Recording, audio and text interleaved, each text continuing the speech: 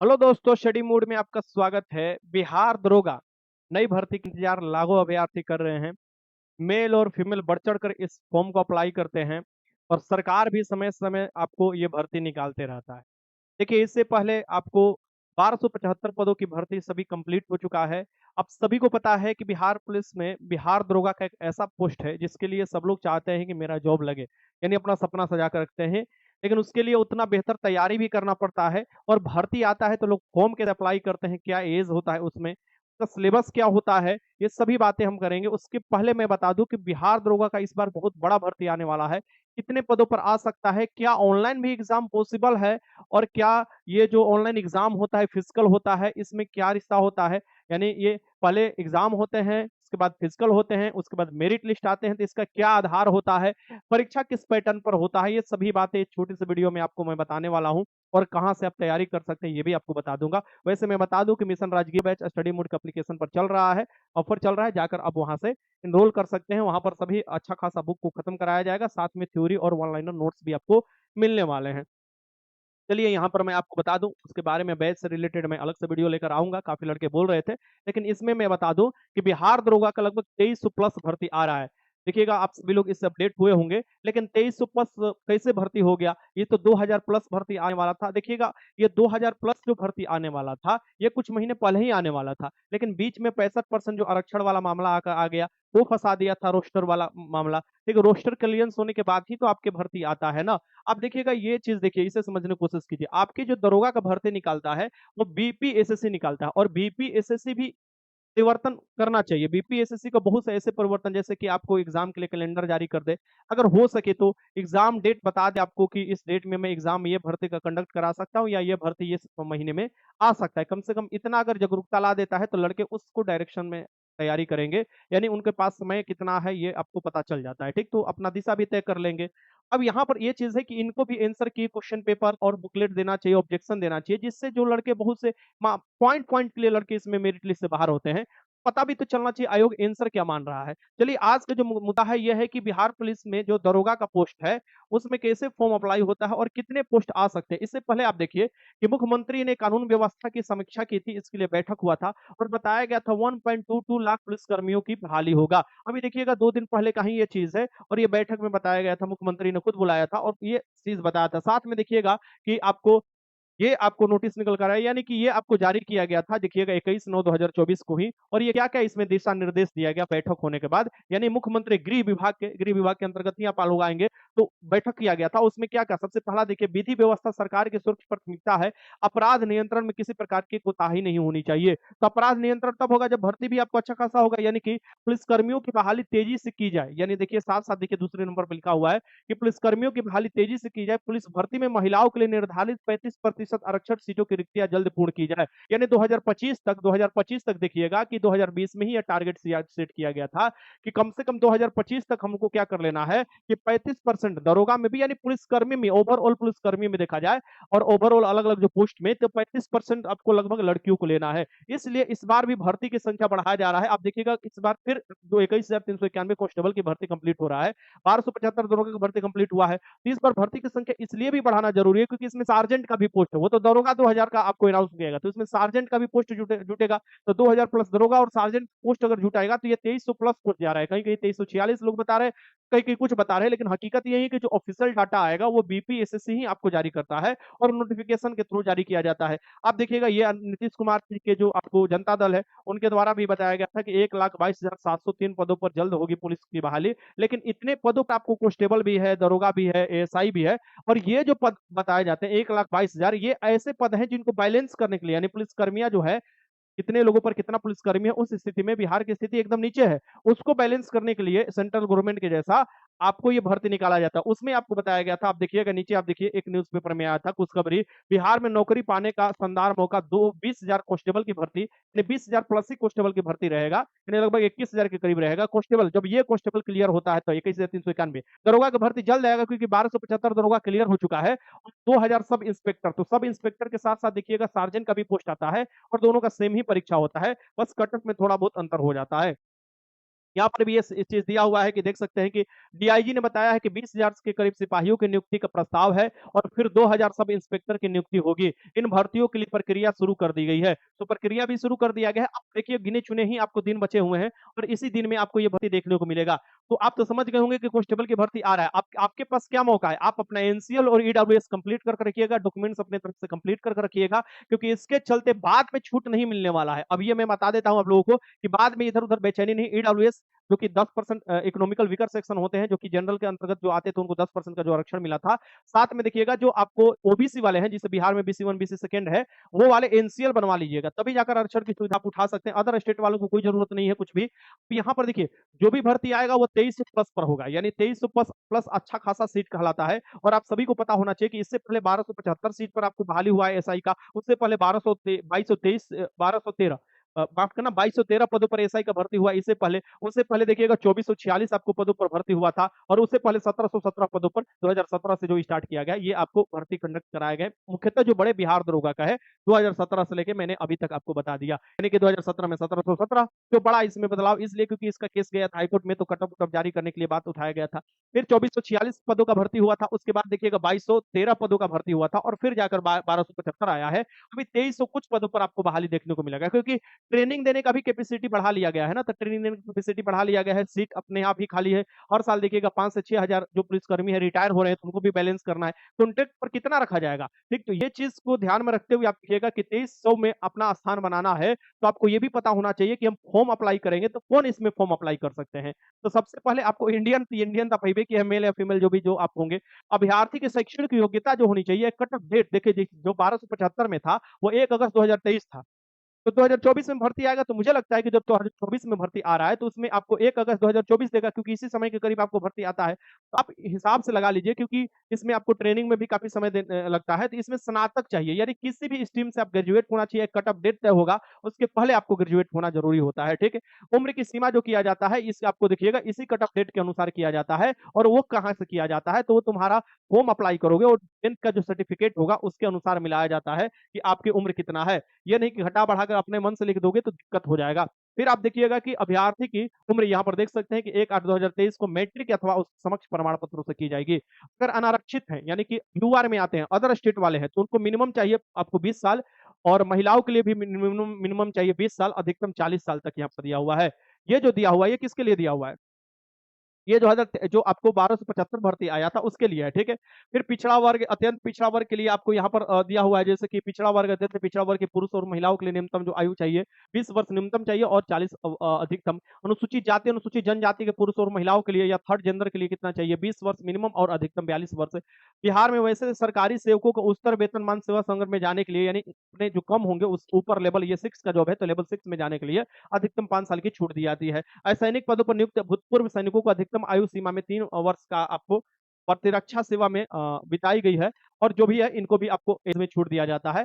और यहाँ पर देखिएगा जो भी अभ्यर्थी का उम्र गणना किया जाएगा मैट्रिक के आपको प्रमाण पत्र के अनुसार किया जाता है। नियुक्ति की प्रक्रिया तो आम भाषा में आप समझ ही गए होंगे, इतना एग्जाम आपको दिए होंगे या नहीं भी दिए होंगे, तो जो पहली बार दे रहे हैं वो भी समझ जाइए कि पहली जो होता है आपका पीटी होता है, फॉर्म अप्लाई कीजिएगा, एडमिट कार्ड आ जाएगा, पीटी परीक्षा लिया जाता है। पीटी परीक्षा में आपको 200 अंकों का होता है और ये जो होता है ये आपको 20 गुना इसका रिजल्ट दिया जाता है। इसमें निगेटिव जो होता है आपको 0.2 अंक होता है, यानी क्वेश्चन सही करोगे तो 2 अंक मिलेगा, क्वेश्चन गलत करोगे तो 0.2 खत्म हो जाएगा, यानी कि 1/10 यहाँ पर नेगेटिव देखने को मिलता है।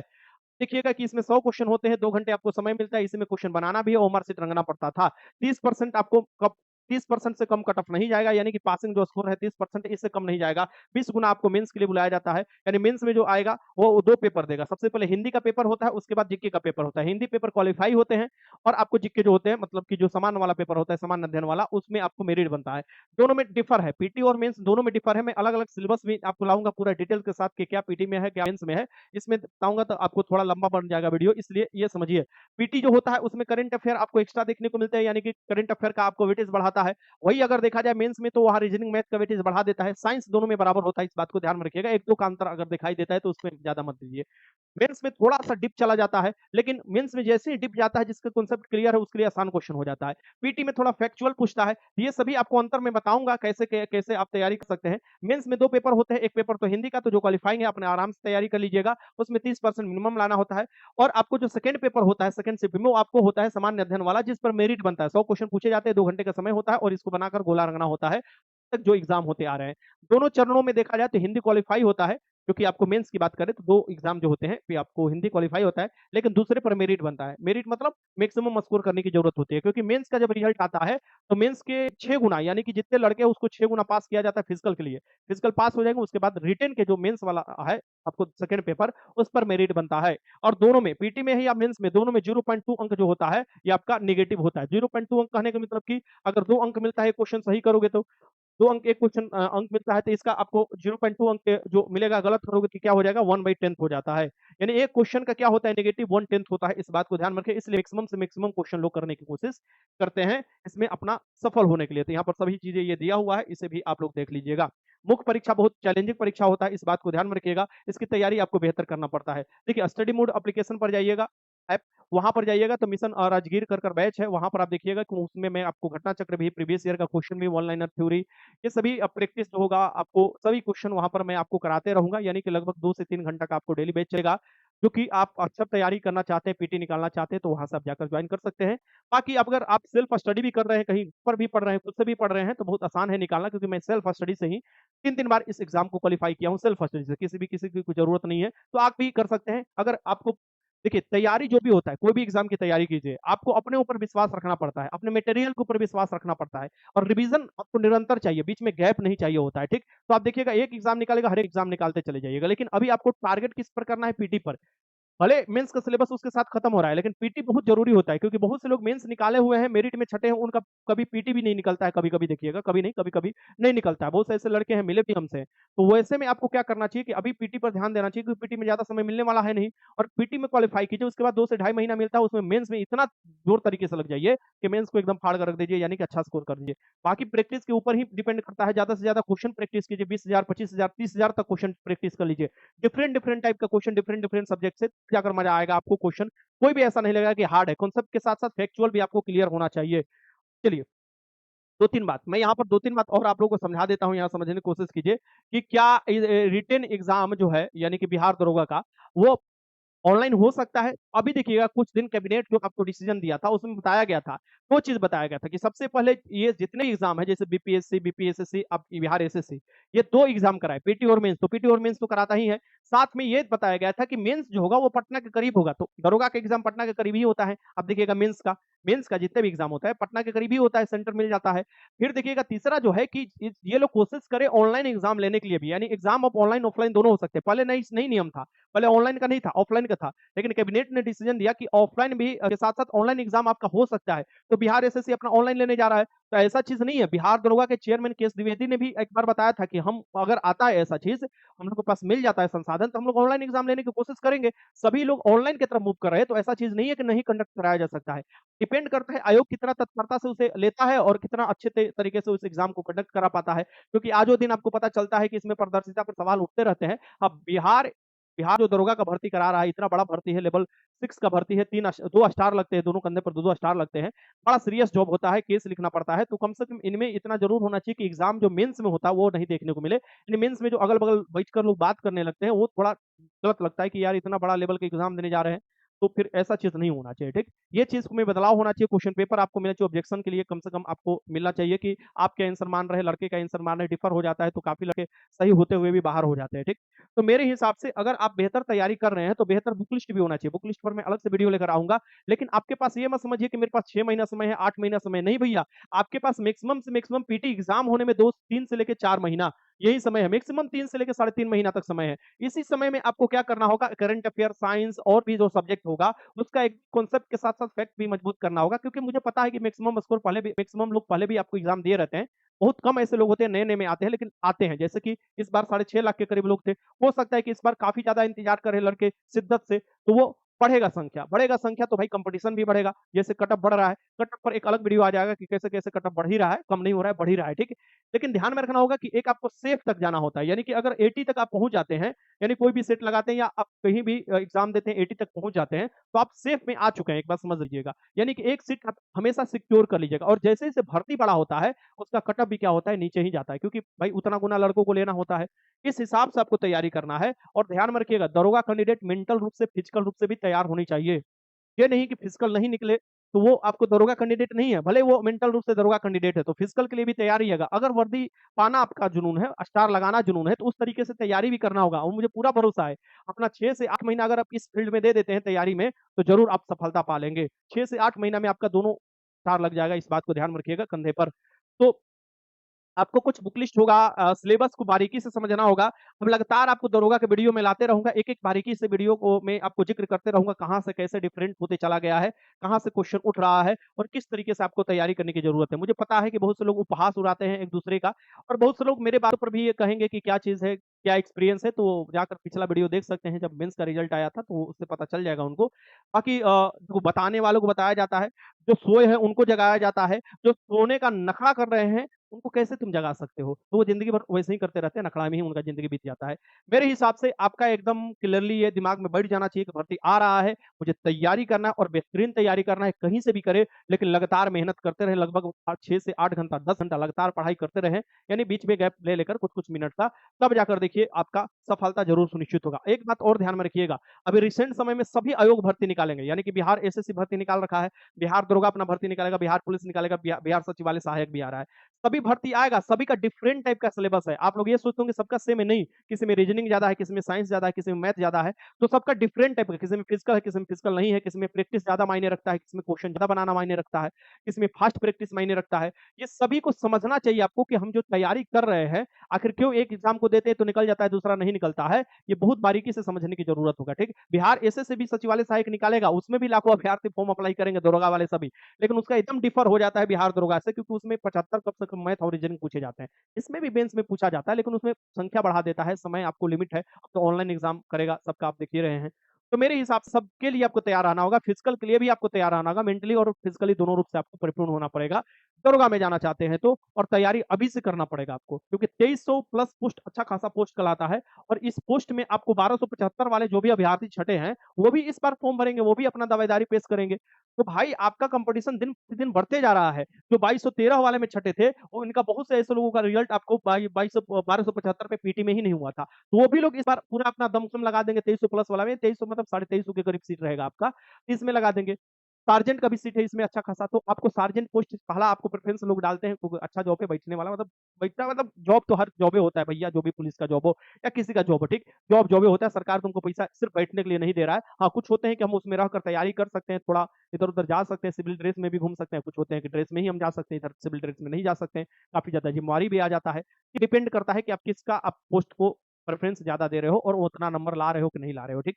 ये चीज़ है। मेरे हिसाब से आपको तैयारी अभी से लग जाना चाहिए। मैं भी यूट्यूब पर भी आप देखिएगा अलग-अलग आपको क्वेश्चन अलग-अलग लेवल वाइज़ कराया जाएगा स्टैंडर्ड बढ़ाकर और बाकी एप्लीकेशन पर तो आपको मिशन जो है जो राजगीर है उसका बैच आप जॉइन कर सकते हैं।